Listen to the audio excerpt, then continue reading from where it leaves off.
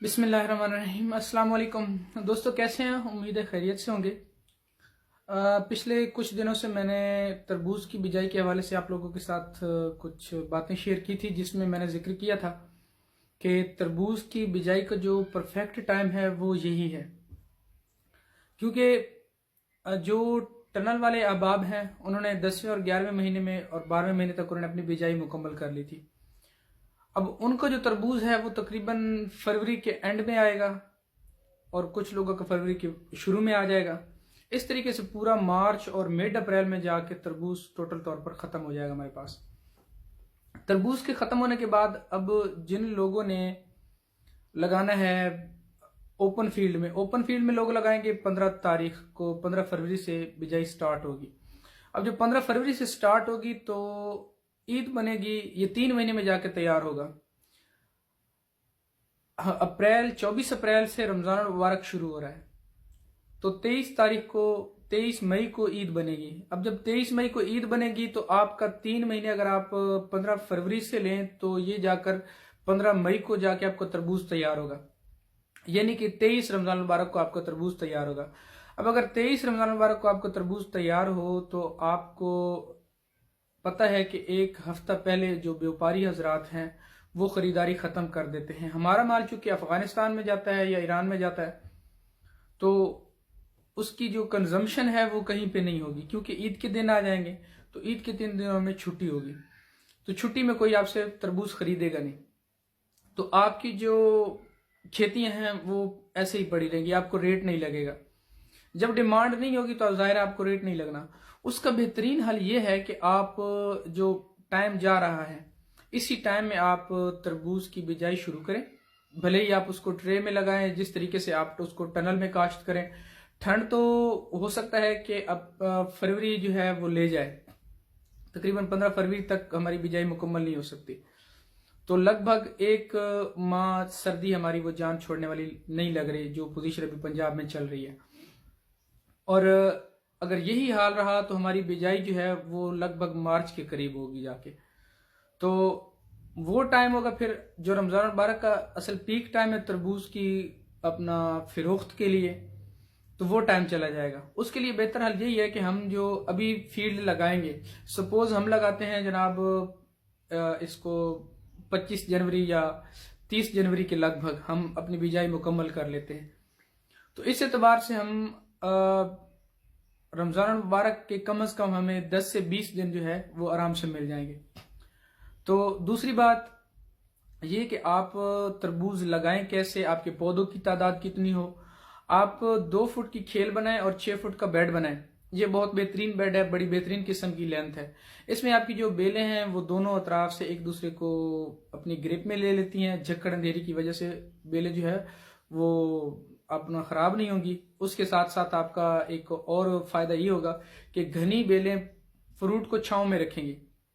Fruit छाँव में रहेगा तो उस पर धूप के दाग नहीं पड़ेंगे, धूप के दाग ना पड़े तो आपका रंग जो है वो तरबूज का काला रहेगा।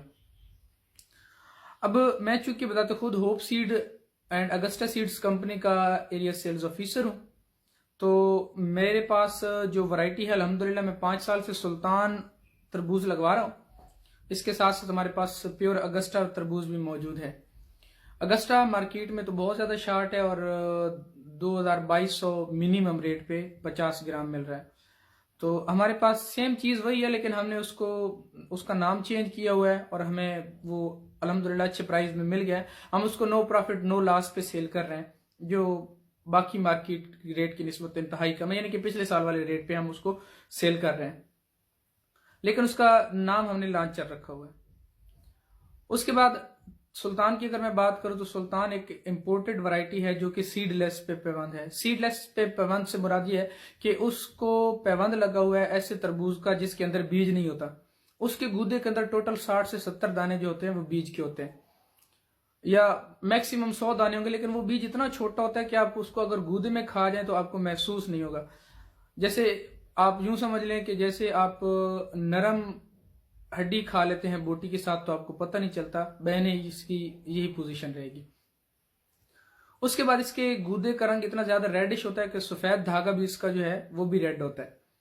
प्लस इसकी जो तना होता है वो मोटा होता है, पत्तों की तादाद ज्यादा होती है। फ्रूट अब अगर खेत को देखे तो आपको बाज़ाहिर सामने फ्रूट नजर ही नहीं आएगा, इतनी घनी इसकी बेल होती है।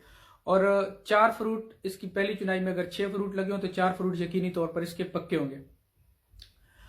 अगर आप इसको 2 फुट की खेल हो और 6 फुट का आपका बेड हो, 15 इंच के फासले पे आप पौधे से पौधे का फासला रखें, तो इस एतबार से आपके तकरीबन 7,700 पौधे आपके लगभग तकरीबन बनेंगे।